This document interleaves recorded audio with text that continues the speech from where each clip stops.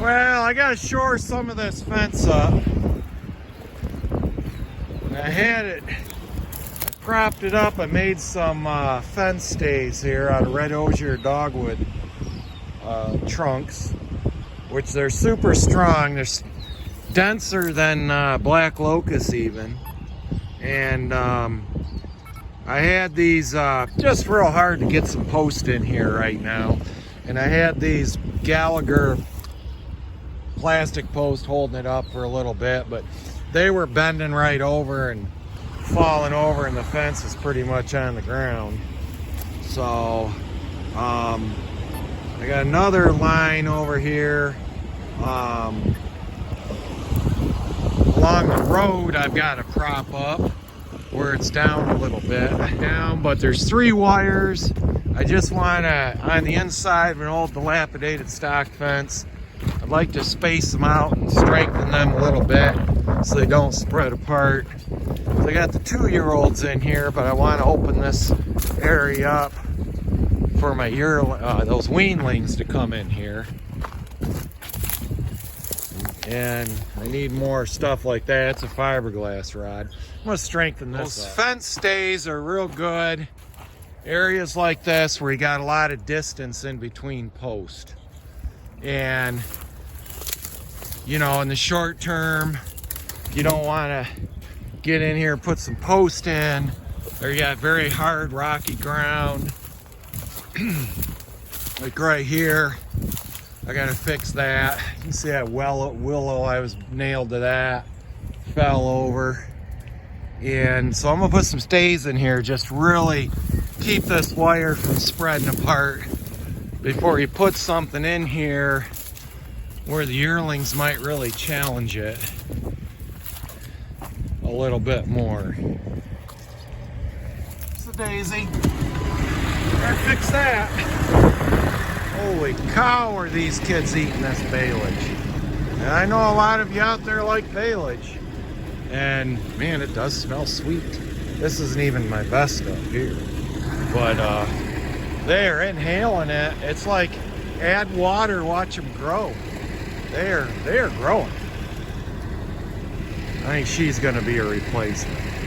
She's got the frame maturity for it.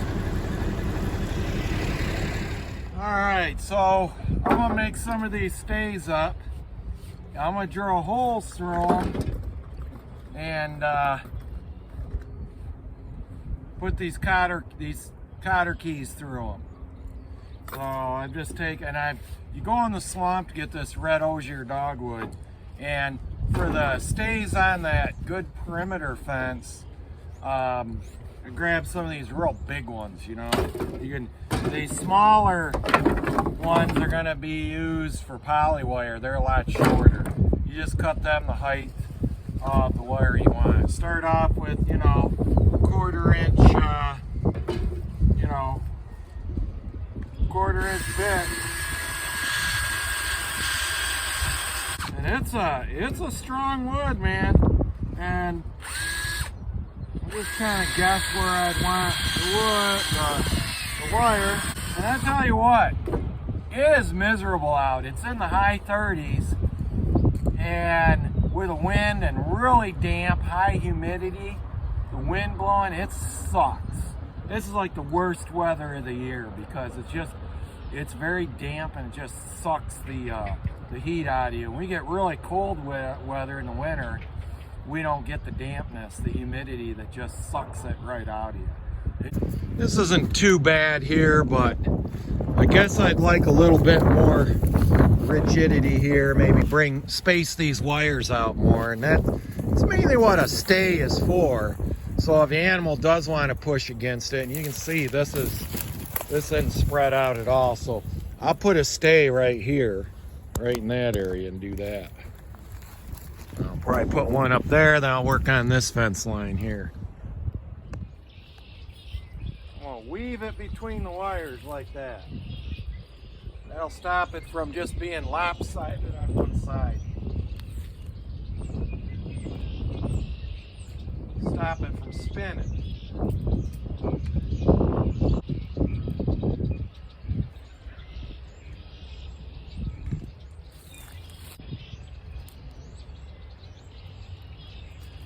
And I drill these holes ahead of time because these posts are going to harden up.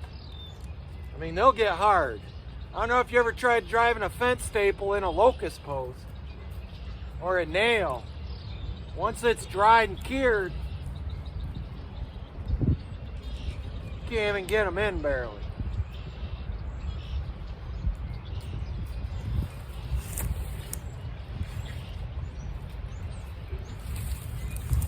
All right, so you can see this wire here all together like that. It's just because it's uneven ground, I guess, you know, and you can see this fence is strong. There's a telephone pole there, and down that corner it's a telephone pole. Because basically your high tensile fence is a suspension fence. So I'm gonna weave another one of these stakes in right here. That's perfect right there, look at that. I mean, that's not grounding even, you know, and that's really spaced it out nice.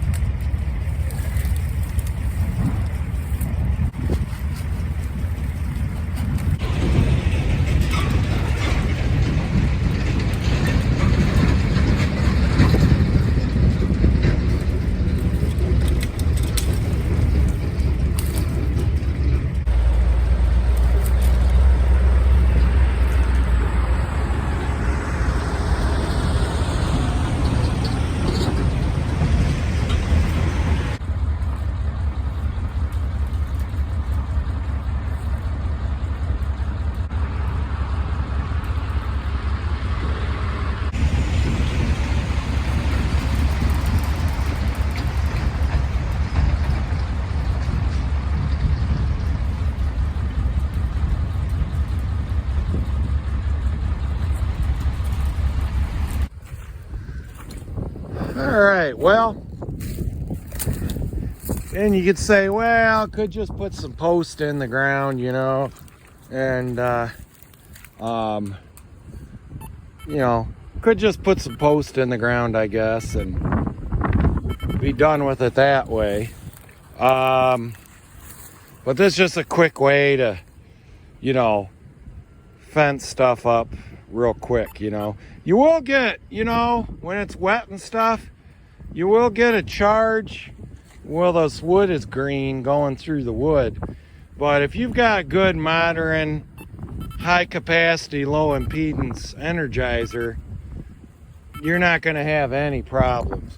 But there's current there. Like I'm standing in water right now and I get a charge. Let's compare it to this fiberglass rod. Let's see if we get anything. Hey, see, you still get 2100 volts. You know, just even on a fiberglass rod. You don't always get that, but there's a lot of moisture in the air right now. So, compare a couple other things. Let's see here. So we are on the wire. 9100. 8,000 there, but you're not, I don't think you're getting any amperage though. And that's the plastic, so even that, this stuff dries out, you're not gonna get much. Go over here, let's check these plastic posts I've got in and see, does this thing read anything? Even that does. That's a big thick piece of plastic there. 2200, so 9700 volts there. And that's downstream from where we were.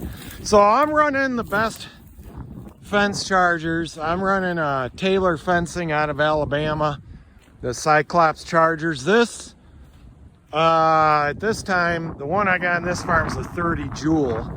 That was the largest plug-in one, 120 volt you could get. I think there might be a bigger one that Cyclops has. And then you got the New Zealand chargers. Gallagher's are really good. There's also Stafex. I think Stafex or Gallagher make a 50 joule.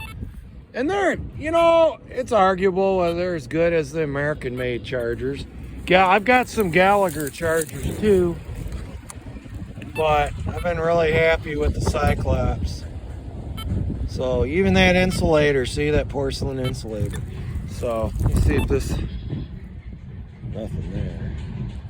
There, you got anything there? That's the wire on the insulator there. Not much there. So yeah, good voltage. Got these wire stays here. Basically you're controlling fence deflectivity and sagging. Good way to stout this up, you know. And you know, so if these young animals want to push against the fence wire, just because I got weanlings, you know, just weaned them a couple weeks ago. This is, you know, it's an honest cattle person, or an honest cattle fence. Yeah, but that one's been that way for 10 years that I just fixed. I haven't done a damn thing to it until today. But being I got them weanlings, I put them, now where the weanlings are over there right now, there's 5 wires over there. But yeah, all right, well, we'll talk at you later. Thanks for tuning in.